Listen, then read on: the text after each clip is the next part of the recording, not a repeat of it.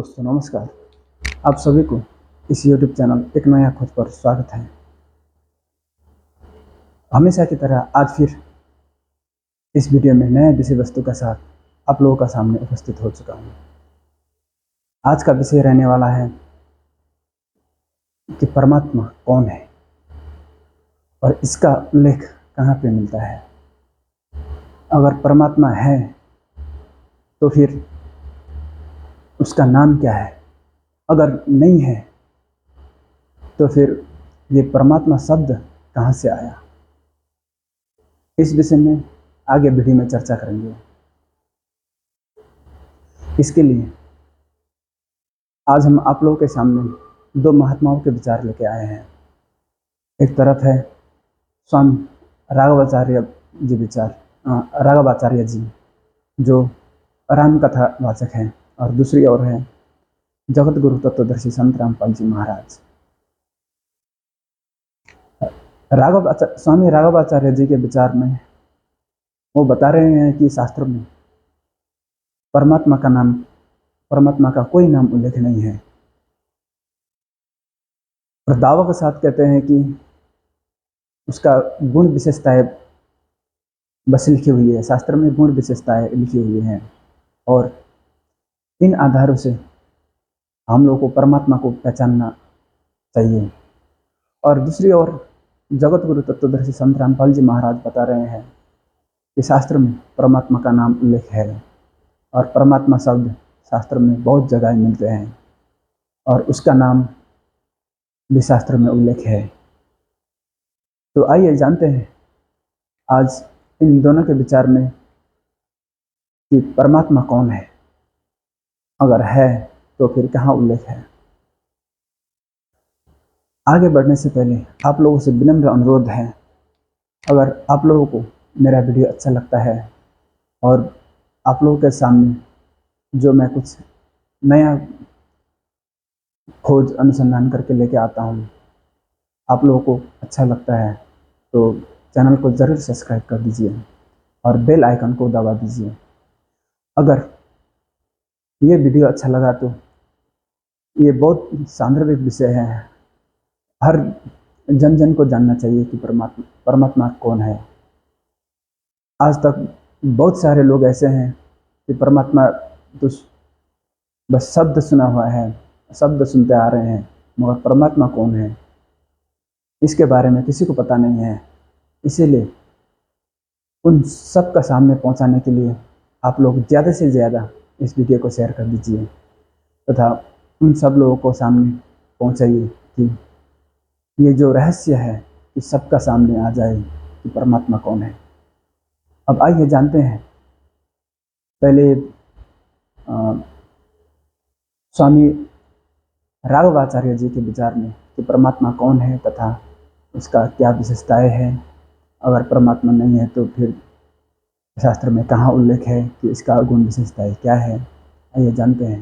सत्य परमात्मा कौन है?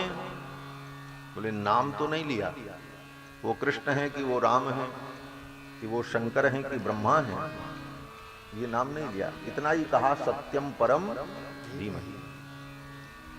लेकिन उनका लक्षण बता दिया कि वो कौन है, उनका लक्षण क्या है। जैसे किसी का नाम आप न बताओ, कहो फला व्यक्ति आए थे, बोले कैसे थे, बोले उनकी नाक ऐसी थी, आंख ऐसी थी, वाणी उनकी ऐसी थी, वो ऐसे थे। तो भले कोई नाम न बतावे लेकिन उसका परिचय हो जाता है। हेलो दोस्तों, अभी आप लोगों ने देखा स्वामी राघवाचार्य जी के विचार में कि शास्त्र में परमात्मा का नाम उल्लेख नहीं है, और कुछ गुण विशेषताएं दिए गए हैं जो कि उसकी गुण विशेषताएं से हम लोग परमात्मा को पहचानना चाहिए, और किस पर ये आधारित है, ये गुण विशेषताएं किस पर आधार ये फिट बैठते हैं, तो उसको हम लोग परमात्मा मान सकते हैं। अब आइए जानते हैं जगत गुरु तत्वदर्शी संत रामपाल जी महाराज के विचार में कि परमात्मा का शब्द कहाँ पे है और उसका उल्लेख कहाँ है, और परमात्मा का नाम क्या है। आइए जानते हैं जगत गुरु तत्वदर्शी संत रामपाल जी महाराज के विचार में। वेद कतेब झूठे नहीं भाई, और झूठे हैं जो समझे नाही। तो वेदों में लिखा है कि वो परमात्मा स्वयं गति करके आता है। अब जैसे यो आर्य समाज का जो ग्रुप है, इसमें शिक्षित वर्ग बहुत है, और लेकिन वो अक्षर ज्ञान है, उनको अध्यात्म ज्ञान नहीं। उधर से महर्षि दानंद को भी कह का पता नहीं था अध्यात्म ज्ञान का, इसलिए उसने कोशिश की वेदों का अनुवाद करने की, और उसका अपना सिद्धांत था कि भगवान निराकार है। वो कहीं एक देश में नहीं रहता, एक देश माने स्थान पर कहीं नहीं रहता, वो केवल सर्वव्यापक है, जैसे वायु है ऐसे भगवान है। भले आदमियों, निराकार परमात्मा इतने बड़ी बड़ी स्ट्रक्चर कैसे बनाओगा वो?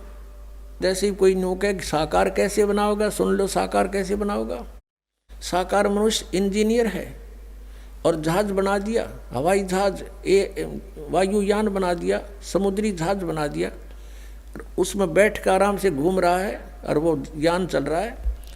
निराकार कोई कारीगर बना के दिखाए दो, मरे बादशाह के बनाओगा, वो खख बनाओगा। तो ऐसे परमात्मा मनुष्य सदृश है, उनकी वो अमित ओजा है, उसकी शक्ति का कोई वार पार नहीं है। उनके वचन से सब कुछ हो जाता है। जैसे आप हम देखा करते हैं, जादूगर होते हैं, अपने मुख में एक छोटी सी गोली कंचा, इतना वो कंचा होता है, उस गोली को मुख में डालते हैं और थोड़ी देर में ओ करके इतना बड़ा मुस्कुद का डमू में तो पत्थर बना देते हैं, और नो पटक दे, पट्टा उठा के देख लो कति पत्थर है। तो उस जब एक जादूगर इतना कुछ कर सकता है, और वो तो परम जादूगर, वो तो सर्वशक्तिमान, एक वचन में सब कुछ कर दे। तो ऐसे ही उस परमात्मा की महिमा से हमने परिचित होना। उस परमात्मा ने, कहते हैं, एक शब्द में सब किया, सकल जमी आसमान, एक वचन में सब कुछ बना दिया। तो समर्थ है, उसको वो कुछ भी कर सकता है। तो वो जानकारी स्वयं ही आकर दी। और ये निराकार बताओ भगवान को, और वेद के साकार है, निराकार है, मनुष्य सदृश है वो। अपना आत्माओं, इसलिए परमात्मा कहा करते, मोती मुक्ता दर्शत नाही, ये जग है सब अंदरे, दिखत के तो नैन चश्म, इनका फिरा मोतिया बंदरे। ये दिख है विद्वान पुरुष, और महर्षि को हमें, इनका मोतिया बंद है। जिसका मोतिया बंद हो आँखों में, आँखें तो दिखाई देती हैं जैसे बड़ा स्वस्थ आँखें हैं, सब कुछ दिखता होगा, लेकिन वो नपट अंधा है जिसका मोतिया बंद हो गया दोनों आँखों में। तो परमात्मा कहते हैं कि तुमने ये महर्षि दिखाई दे हैं, गुरु ब्राह्मण दिखाई देते हैं, ये मंडलेश्वर, इनका मोतिया बंद हो रहा है, इन्हें अपने सदग्रंथों में लिखी हुई सच्चाई का नहीं पता। और फिर निराकार कहते। अब दिखाते हैं आपको परमात्मा की सारी स्थिति, देखिएगा। ऋग्वेद मंडल नंबर 9, ऋग्वेद मंडल नंबर 9 अब दिखाते हैं, और सूक्त नंबर 86। भगवान साकार है या निराकार है, वो कैसी लीला करता है। ये है ऋग्वेद मंडल नंबर 9, 10 इकट्ठा अनुवाद है। ये है सार्वदेशिक आर्य प्रतिनिधि सभा, महर्षि दानंद भवन, रामलीला मैदान, नई दिल्ली से ये प्रकाशित है। और ये मुद्रक है Prince offset printer, 1510, Pataudi house, Daryaganj, नई दिल्ली से ये छपा है, छप्पा खाना इसका ये। अब देखना, ये है ऋग्वेद मंडल नंबर 9 और सूक्त 86 का मंत्र नंबर 26। इसमें लिखा कि यज्ञ करने वाले यजमानों के लिए परमात्मा, यज्ञ करने वाले माने धार्मिक अनुष्ठान यानी साधना करने वाले, यजमान माने भक्तों के लिए परमात्मा सब रास्तों को सुगम करता हुआ, उनके विघ्नों को मर्दन करता है और उनको पवित्र करता हुआ और अपने रूप को सरल करता हुआ वह कांति में परमात्मा, यह लिखना था कबीर देव। कवि कोई भी सर्वज्ञ नहीं हो सकता जिसको सारा ज्ञान हो। कवि कविता बना सकता है, ये कबीर देव लिखना था यहाँ पर। वो कबीर देव विद्युत के समान यानी आकाशीय बिजली की तरह सेकंड में नीचे आ जावे, क्रीड़ा करता हुआ, ऐसे लीला करता हुआ।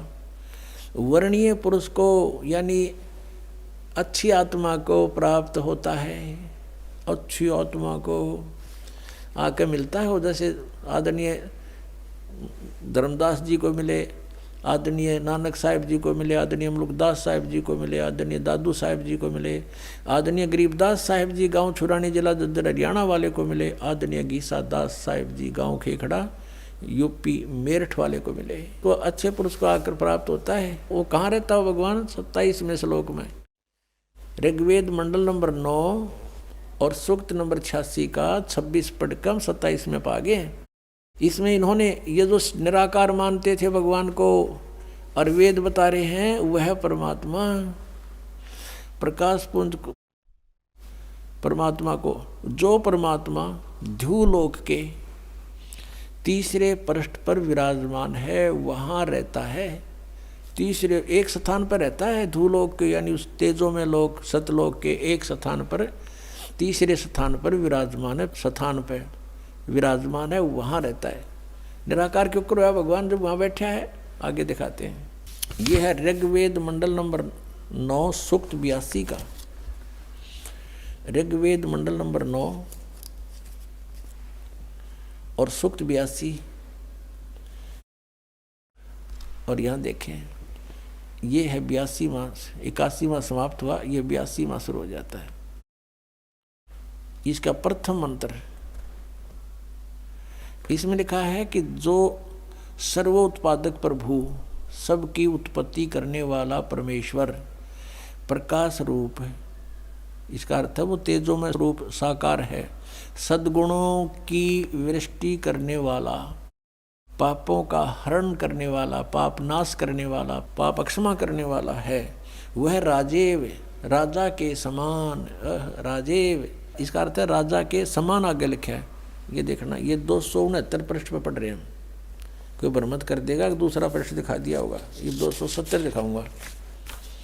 ये देखो 270 यहाँ लिखा है। 82 का पहला पढ़ रहे हैं, 82 का 9 के 82 का। राजा के समान दर्शनीय है, वो देखने जोगा है, विजिबल है, वो साकार है। राजा की तरह तो मनुष्य जैसा ही हुआ। और वह है पृथ्वी आदि लोक लोकांतरों के चारों ओर शब्दमान हो रहा है। वह वर्णीय पुरुष को, वर्णीय माने अच्छी आत्मा को, श्रेष्ठ पुरुष को, जो दृढ़ भक्त है, जो दृढ़ भक्त है उसको पवित्र करता हुआ प्राप्त होता है। जैसे आदरणीय धर्मदास साहिब जी को, जो दृढ़ भक्त थे उसके बाद डगमग नीवे आदरणीय मुलुकदास साहिब जी को, आदरणीय दादू दास साहिब जी को, आदरणीय गरीबदास साहिब जी गांव छुड़ानी जिला जज्जर हरियाणा वाले को, और आदरणीय गीसा दास साहिब जी को गांव खेखड़ा मेरठ यूपी वाले को। ये दृढ़ भक्त आज तक डगमग नहीं हुए, दुनिया को हिला के रख दिया इन्होंने। इनको भगवान में ले आकर के को पवित्र करता हुआ प्राप्त होता है वर्णीय पुरुष, अच्छी आत्मा को। जिस प्रकार विद्युत माने आकाशीय बिजली स्नेह वाले स्थानों को आधार बनाकर प्राप्त होता है। देखो कितना स्पष्ट किया इन्होंने। ऋग्वेद मंडल नंबर 9 और सूक्त नंबर 81 में कति कंसेप्ट क्लियर कर दिया कि वो परमात्मा राजा की तरह देखने जोगा है। राजा का अर्थ है कि वो शक्तिशाली होता है, मनुष्य सदृश ही है, राजा के समान है और साकार है, देखने जोगा है। और वो अच्छी आत्मा को वहाँ से चलकर आकर मिलता है ये, और जो दृढ़ भक्त होते हैं उनको मिलता है, अन्य को नहीं। जैसे आकाश की बिजली, आकाशीय बिजली गिरती है, वो किसी वस्तु पर गिरती है जहाँ उसका विशेष अट्रैक्शन बनता है। पुराने समय में जब कांसी धातु के बेले थाली हुआ करते प्रांत, और उनको अगर वर्षा के दिनों में कहीं बाहर वो पड़े रह जाते तो हमारे बुजुर्ग दादी माता कहा करते थे कि कांसी के बर्तन पर बिजली गिर जाती है, जब उसका संयोग होता है ऊपर से गिरने का तो वहाँ अवश्य उसी को तुरंत वहीं आकर के अट्रैक्ट होती है, उस कारण उस खिंची आती है, उसी पर गिरती है। उसको उठवाकर अंदर रखवा दिया करते थे। तो कहने का भाव ये है कि परमात्मा उस बिजली की तरह जैसे वो अपने विशेष जिस पर वो आकर्षण होता वहीं गिरती है, ऐसी स्थिति से परमात्मा उन दृढ़ भक्तों को आकर मिलता है जो मिलन योग्य हों, जिनको वो उनसे आकर्षित होता है, ताकि ये मेरी आगे बढ़ा सकें, इस ज्ञान को, काल के जाल को हटा सकें, मेरे प्यारी आत्माओं तक ये संदेश पहुंचा सकें। और उनका क्या कर ले, आंखें देखें जब भी ना मानो न भगवान मिल लेगा, उन तक काला मिल लेगा जहाँ ये रह रहे हैं। अब 9वें मंडल सूक्त 82 का मंत्र 1 पढ़ लिया, अब 2 दिखाते हैं, देखिएगा। ऋग्वेद मंडल नंबर 9 सूक्त 82 का हमने ये पढ़ लिया, अब 2 पढ़ते हैं। वो परमात्मा किस उद्देश्य से आता है? हे परमात्मन, उपदेश करने की इच्छा से आप महापुरुषों को प्राप्त होते हो, अच्छी आत्माओं को, महान आत्माओं को प्राप्त होते हो, और आप अत्यंत गतिशील पदार्थ के समान हमारे आध्यात्मिक यज्ञों को प्राप्त होते हो। यानी अत्यंत गतिशील पदार्थ के समान, यानी जैसे बिजली चलती है, बिजली जैसी गति से आप, और उपदेश करने के लिए आते हो यहाँ पर, सच्चा ज्ञान देने के लिए। आप कबीर देव हैं, आप कबीर देव, यह लिखना था, सर्वज्ञ लिख दिया, आप यहाँ लिखना था आप कबीर देव हैं। हम उसको कबीर साहब कहते हैं, आप कबीर साहब हैं, शुद्ध स्वरूप है। अब जैसे ये अभी आपको दिखा था, जहाँ यजु लिखा हो तो यजुर्वेद लिखना पड़ेगा वहाँ पर, वो इन्होंने किया भी है। महर्षि दानंद ने यजुर्वेद के 36वें अध्याय के प्रथम मंत्र में यजु का अर्थ यजुर्वेद किया है, तो यहाँ लिखना था वो कबीर देव है, वो शुद्ध स्वरूप है। हमारे पापों को हे दूर करके, हे सोम, हे अमर परमात्मा, हमको सुख दे। पुण्यात्मा, वेद पढ़े पर भेद न जाने, ये बातें पुराण 18। वेद पढ़े पर भेद न जाने, गुरु बिन काहू न पाया ज्ञाना, जो थो था बूछड़े मूड किसाना। गुरु बिन वेद पढ़े जो प्राणी, समझे न सार रहे अज्ञानी। ये अज्ञानी रहे, इन वेदों को पढ़ा करते, और मैं ऋषि को आगे इन कक्का भी नहीं पता था। अब जैसे परमात्मा मनुष्य दृश्य ये सिद्ध होगा, राजा के समान देखने जोगा है, और वहाँ से गति करके आता है, जिन महापुरुषों को मिलता है, जिन महापुरुषों ने मिला उन्होंने बताया कबीर इज गॉड। वो कबीर देव काशी में हम सुल्तानी नानक तारे दादू को उपदेश दिया, जात जुलाहा भेद न पाया, वो काशी माए कबीर होया। आदरणीय गरीबदास साहिब जी गांव छोड़ानी जिला जद्दर वाले, जिनको भगवान आकर मिले थे, क्या कहते हैं गरीबदास साहिब ने फिर बताया है कि सर्व कला सतगुरु साहिब की, या दुनिया दा जीवन झूठा भूल गए मर जाने नू, और सर्व कला सतगुरु साहिब की हरियाए हरियाणे नू। वो परमात्मा हरियाणा में आए गरीबदास जी 280 वर्ष पहले, लगभग सन 1727 में, लगभग 300 वर्ष हो गए, 300 वर्ष से भी ऊपर हो गए। सन 1727 में परमात्मा आए थे, और सन 1866 में, न सन 1966 में हरियाणा और पंजाब अलग हुए।